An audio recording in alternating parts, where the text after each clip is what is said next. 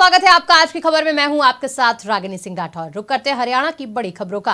हरियाणा में सोमवार को स्कूलों में परीक्षा पर चर्चा कार्यक्रम दिखाया गया। वहीं सीएम मनोहर लाल खट्टर ने भिवानी से चंडीगढ़ जाते वक्त पीएम नरेंद्र मोदी का परीक्षा पे चर्चा कार्यक्रम को सुना। बता दें कि पीएम नरेंद्र मोदी आज दिल्ली के भारत मंडपम में परीक्षा पे चर्चा के 7वें संस्करण में शामिल हुए। इस दौरान प्रधानमंत्री नरेंद्र मोदी ने कहा कि ये शिक्षक और माता पिता के लिए सोचने का विषय है कि ऐसा क्या कारण है कि हम पारिवारिक जीवन में भी विश्वास की कमी का अनुभव कर रहे हैं। ये विश्वास की कमी अचानक नहीं होती, एक लंबे कालखंड से गुजर कर निकलती है। इसलिए हर माता पिता, हर शिक्षक और हर छात्र को बहुत बारीकी से अपने आचरण का विश्लेषण करना चाहिए। क्या आप जो कहते हैं उसका सच में पालन करते हैं?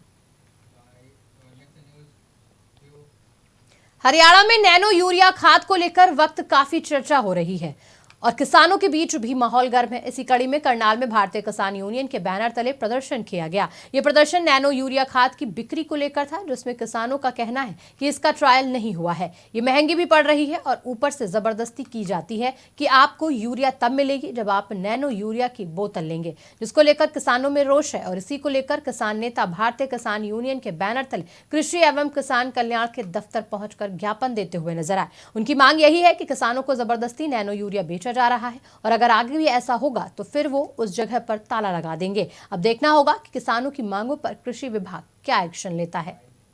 देखिए, जो नैनो यूरिया जबरदस्ती किसानों के ऊपर थोपा जा रहा है, आज उसके विरोध में आए हैं, क्योंकि सभी जानते हैं इसके बारे में कि प्रोडक्ट नया है। ये इसका ना कहीं ट्रायल हुआ, ना इसके बारे में कोई जानकारी है, ना इसकी कोई गारंटी है।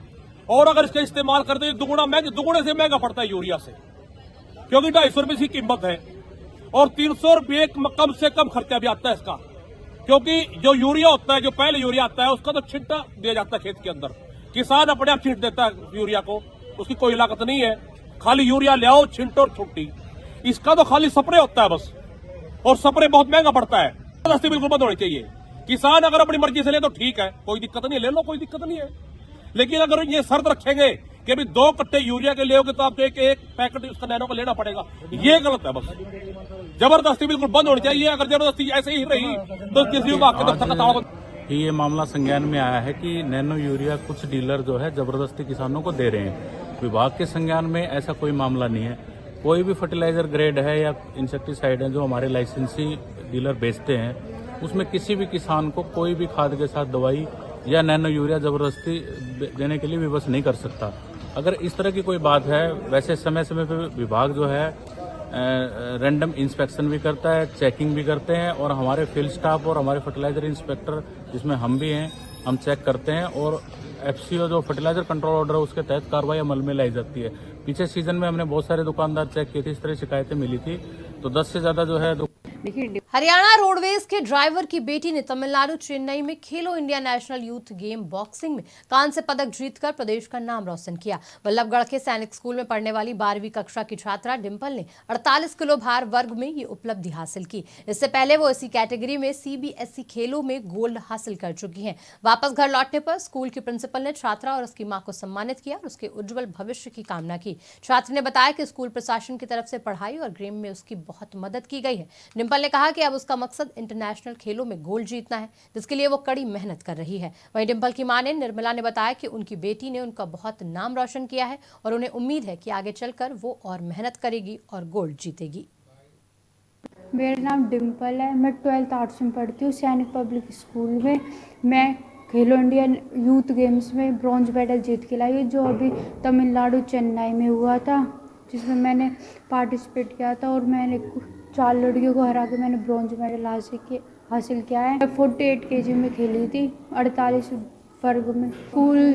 स्कूल मेरी बहुत हेल्प करता है, क्योंकि अभी मेरे हाल ही में प्रैक्टिकल भी चले थे और पेपर्स भी हुए थे, जिसके स्कूल ने मुझे बहुत मोटिवेट किया था और उन्होंने काफ़ी मदद की थी, जिससे मैं प्रैक्टिकल भी अच्छे से दे पाई और मैं गेम भी अच्छे से खेल पाई, जिससे मुझे कोई तकलीफ नहीं हुई, ना ही मुझे कोई प्रॉब्लम भी हुई।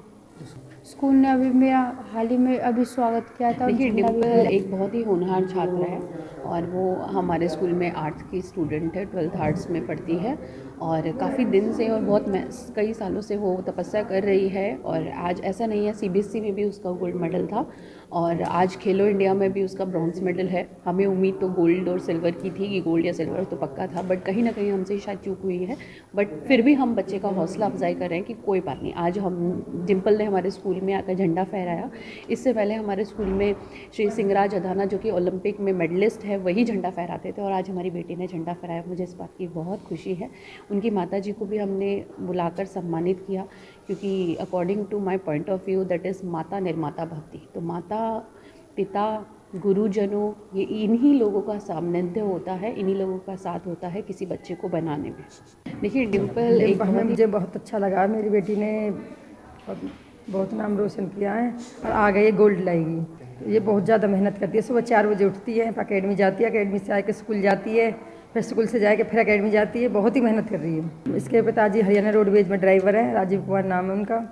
डिम्पल हरियाणा के राज्यपाल बंडारू दत्तात्रेय झज्जर के पटोदा में पहुंचे। यहां उन्होंने नवस्थापित संस्कारम विद्यालय और अस्पताल का उद्घाटन किया। इस अवसर पर प्रदेश के शिक्षा मंत्री कंवरपाल और भाजपा के राष्ट्रीय सचिव ओम प्रकाश धनखड़ मौजूद रहे। राज्यपाल ने रिबन काटकर शुभारंभ किया। इस मौके पर विद्यार्थियों ने सांस्कृतिक कार्यक्रम भी प्रस्तुत किए। यहां बता दें कि प्रदेश सरकार ने पिछले साल पटौदा में संस्कारम विश्वविद्यालय खोलने का निर्णय लिया था। इसी के तहत सोमवार को राज्यपाल ने पहुंचकर विश्वविद्यालय का उद्घाटन किया।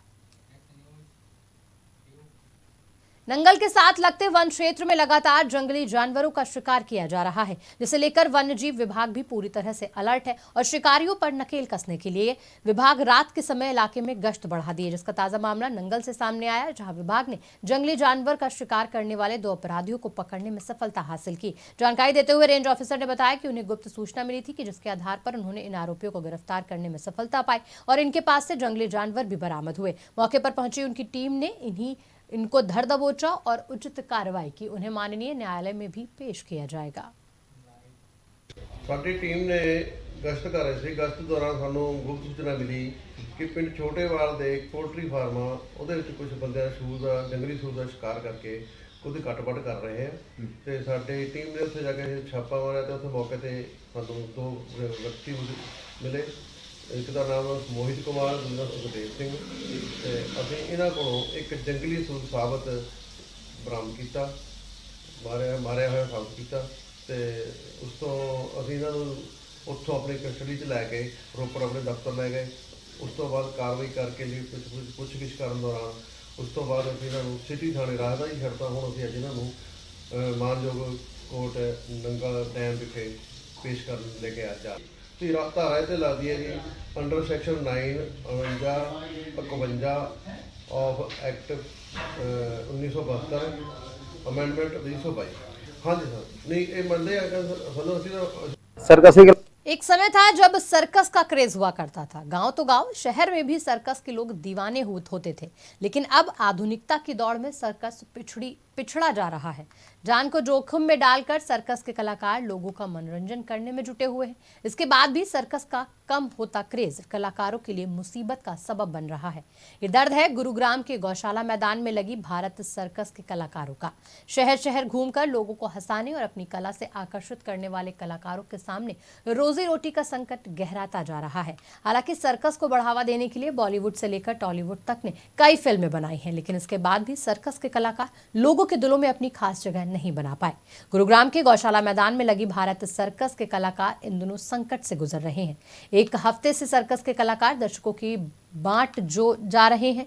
सर्कस प्रबंधन की माने तो लोगों के मनोरंजन के लिए इस सर्कस को आधुनिक और सुविधा को मद्देनजर रखते हुए शुरू किया गया। सर्कस में लोगों के मनोरंजन के लिए 3 शो के टाइम रखे गए। लोगों के लिए इस सर्कस में टिकट की सुविधा और उसके रेट भी वाजिब रखे गए। सर्कस के अंदर motorcycle show, joker show, shooting और तलवारबाजी के अलावा फायर शो भी इस सर्कस में रखा गया। चाकू के कमाल के साथ साथ लोगों के मनोरंजन के लिए रूसी नृत्य भी इस सर्कस में किया जा रहा है। सर्कस ही के लायक हूँ, दूसरा जगह जा नहीं सकता, दूसरा कुछ होगा नहीं हमसे, इसीलिए मैं सर्कस है। आज 25 साल सर्कस लाइन में हूँ। 98 से सर्कस लाइन में। और दूसरी बात कि मैं सर्कस के सिवा कुछ नहीं है मेरा। अब गवर्नमेंट का कुछ सहायता मिलता तो कुछ करता, लेकिन अब गवर्नमेंट का कोई सहायता नहीं है। हमारा सर्कस ही है।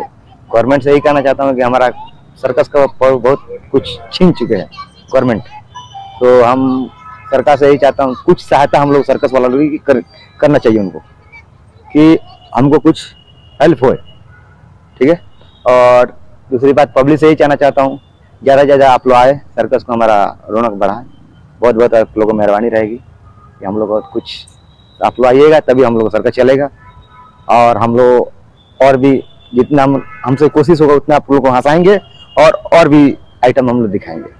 ये है मेरा इस काम के जुड़े हुए करीब 20-22 साल हुआ है इस काम में। मतलब अपना जो कला जो सीखा हो 20-22 साल हुआ है। पहले से और अभी से थोड़ा फर्क पड़ा।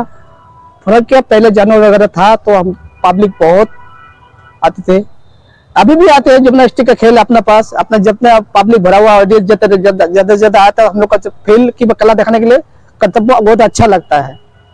हम रिक्वेस्ट पब्लिक से आज ज्यादा से ज्यादा आए और मनोरंजन हम लोग दे पाए पब्लिक को। मेरा नाम ये है मेरा, और मैं रहने वाला MP मध्य प्रदेश का हूँ, छिंदवाड़ा जिले का। और ये सर्कस को मैं चला रहा हूँ अभी समथिंग 1 साल से। और हमारा शो चलता है दोपहर 1 बजे से, फिर शाम 4 बजे से और फिर शाम 7 बजे से। 1.5 घंटे का शो है। और टिकट रखा है हमने 100, 200, 300। मतलब 300 जो है ये हमारा फर्स्ट क्लास है आगे का, और 200 है सेकंड क्लास पीछे का, और 100 है सेकंड क्लास पीछे साइड का। और हमारा जो हमारी सर्कस की कंडीशन चल रही है, मतलब कहने का ये कि जैसे कि हमारे सर्कसों में जानवर हुआ करते थे, हाथी, शेर, भालू, ये तो सरकार ने जब से जानवर छीन लिए तो सर्कसों में हमारे बहुत हालत ख़राब हो चुकी है। अब सर्कसों में उतना रिस्पॉन्स नहीं मिलता है। और रही बात, सर्कसों में इतना खर्चा आ जाता है कि पूछो मत। और ये हरियाणा में तो ग्राउंड का जो हुड्डा की ग्राउंड है ना, इनका रेट बहुत ज़्यादा महंगा है, इसलिए हम लोग ज़्यादा करके हरियाणा में नहीं खेल पा रहे हैं। हम चाहते हैं सरकार से कि जो हुड्डा की ग्राउंड है। नूंह में अतिरिक्त सत्र न्यायाधीश की विशेष पॉक्सो अदालत ने बच्ची से दुष्कर्म के एक दोषी को 20 साल की सजा और 21,000 रुपए के जुर्माने का फैसला सुनाया। जुर्माना नहीं भरने पर दोषी को 6 महीने अतिरिक्त जेल में काटने होंगे। वहीं दोषी ने करीब 5 साल पहले इस वारदात को अंजाम दिया था। पीड़ित पक्ष को भी क्षतिपूर्ति के रूप में अदालत के आदेश पर 6 लाख रुपए की मदद की जाएगी।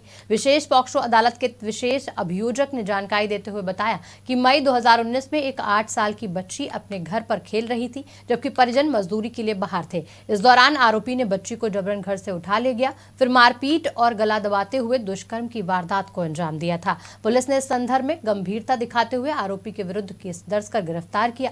बीते 25 जनवरी को आरोपी को अतिरिक्त सत्र न्यायाधीश की विशेष पॉक्सो अदालत ने दोषी करार दिया और आरोपी को 20 साल की सजा, 21,000 रुपए का जुर्माने का फैसला सुनाया।